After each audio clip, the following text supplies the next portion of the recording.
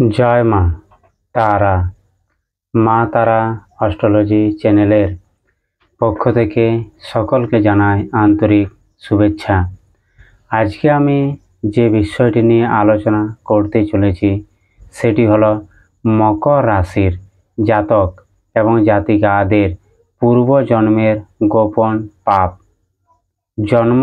জন্মান্তরে ঋণ, কি এমন কর্ম এরা পূর্বজন্মে করে এসছে, সেই ঋণের বোঝা এই জীবনে প্রতিটি পদক্ষেপে বাধা হয়ে দাঁড়াচ্ছে।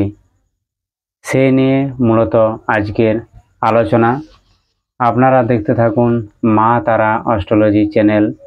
এখানে আমি তন্ত্র, মন্ত্র, জ্যোতিষ, পুজো পাঠ, বিবাহিত জীবনের সমস্যা, কোর্ট কেস, মামলা মোকদ্দমা, ভূত প্রেত, দানা দক্ষিণা, এই সকল ব্যাপারে কাজ করে থাকি। চাইলে আপনারা আমার সাথে সরাসরি যোগাযোগ করতে পারেন আমার স্ক্রিনে দেওয়া নাম্বারে। আর ভিডিওর যদি ভালো লাগে অবশ্যই লাইক, শেয়ার, কমেন্ট অবশ্যই করবেন। আর কমেন্ট বক্সে অবশ্যই জয় মা তারা লিখতে ভুলবেন না।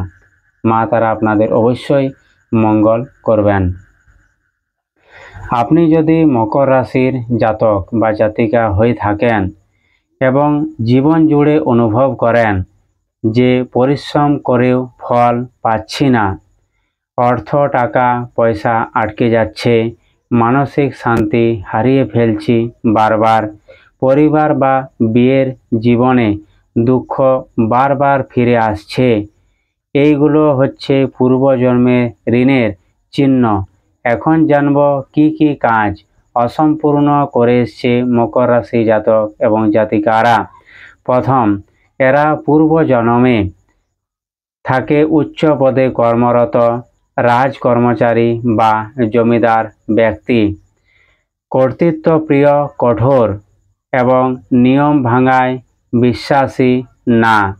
এর ফলে এদের মনের মধ্যে ছিল আত্ম অহংকার, কঠোরতা, দয়া ও সম্পর্কের অভাব। এর ফলে সৃষ্টি হয়েছে এদের জন্মে তিনটি ঋণ। এক হচ্ছে কর্মঋণ, দ্বিতীয় হচ্ছে মাতৃ ঋণ, তৃতীয় হচ্ছে সেবা ঋণ। এই তিনটি ঋণের জন্য কিন্তু আজ মকর রাশি জাতক এবং জাতিকারা কিন্তু জর্জরিত হয়ে আছে সমস্ত দিক থেকে। 2017 সাল থেকে মানসিক, শারীরিক এবং আর্থিক কষ্ট মকর রাশির জাতক এবং জাতিকাদের জীবনে একইভাবে ঘটে চলেছে।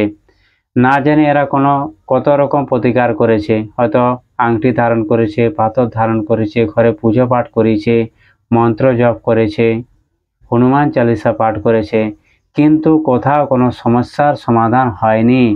যত এরা সমস্যার সমাধান খুঁজতে গেছে ততই জীবনে কিন্তু বারবার অশান্তি এদেরকে জড়িয়ে ধরেছে। প্রথম, এই জন্মে আপনাকে এই ফলগুলি ভোগ করতে হচ্ছে। এক নাম্বার হচ্ছে বহু পরিশ্রম করেও আপনি সঠিক ফল পাচ্ছেন না। হয়তো আপনি কর্মটা করছেন কিন্তু সেই কর্মের ফল অন্য কেউ নিয়ে চলে যাচ্ছে। 2 নাম্বার, মায়ের সাথে সম্পর্ক খারাপ থাকা কিংবা ছোট থেকে মায়ের কষ্ট দেখে বড় হওয়া। চাকরি বা কর্মক্ষেত্রে সম্মান না পাওয়া। হয়তো আপনি বড় একটা পোস্টে আছেন, আপনাকে সবাই সম্মান দেওয়ার কথা, কিন্তু আপনি সেই সম্মানটা কারোর কাছ থেকে পাবেন না। সে যত বড়ই আপনি হরিদাস পাল হন না কেন, আপনি এখানে সবসময় জিরো। এরকম ফল ভোগ করতে হবে আপনাকে বা হচ্ছে। পরিবারে বোঝা নিজের ঘাড়ে নিতে হবে। সমস্ত পরিবারটাকে আপনাকে হয়তো চালাতে হবে কষ্ট মেহনত করে, কিন্তু প্রতিদিন আপনি কারোর কাছ থেকে কোনো ধন্যবাদ বা সহানুভূতি আশা করবেন না। পূর্বজন্মে নিজের দায়িত্ব ঠিকমতো আপনারা পালন করতে পারেননি, তাই এই জন্মে কি হয়েছে, কর্মচারীদের উপর অত্যাচার করা। যে কর্ম আপনি করে এসেছেন পূর্বজন্মে, যারা হয়তো আপনার নকর চাকর ছিল তাদের উপর আপনি হয়তো কর্তৃত্ব ফলিয়েছেন, তারা পর্যন্ত আপনাকে সম্মান দেবে না এবং তারাই আপনাকে বেশি অপমান, মিথ্যা অপবাদ, কলঙ্ক, আপনার শত্রু হবে। যত নিচু ক্লাসের মানুষ আছে তারাই কিন্তু আপনাদের চরম থেকে চরম শত্রু। এই কারণে মায়ের অনুভূতিকে আপনারা অবহেলা করেছিলেন পূর্বজন্মে, তা এই জন্মে কি হবে, মায়ের অভাব নিজেরা অনুভব করবেন।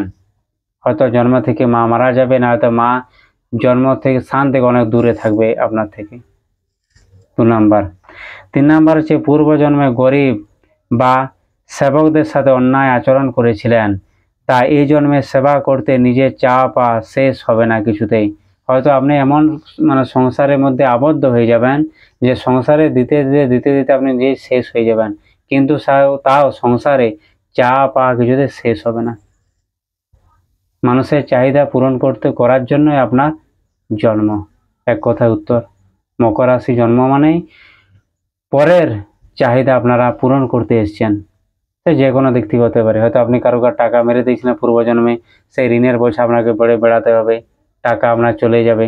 টাকা হয়তো আপনি সারা জীবন লোককে শুধু শোধ করেই যাবেন, জীবনে কিছু পাবেন না। এই হলো মকর রাশির জাতক এবং জাতিকাদের জীবনের ঘটনা, সত্য ঘটনা। যদি ভিডিওটা ভালো লাগে অবশ্যই লাইক, শেয়ার, কমেন্ট, অবশ্যই চ্যানেলটি সাবস্ক্রাইব করবেন। এগুলো এখানে ভিডিওর শেষ করছি। অবশ্যই জয় মা তারা লিখবেন।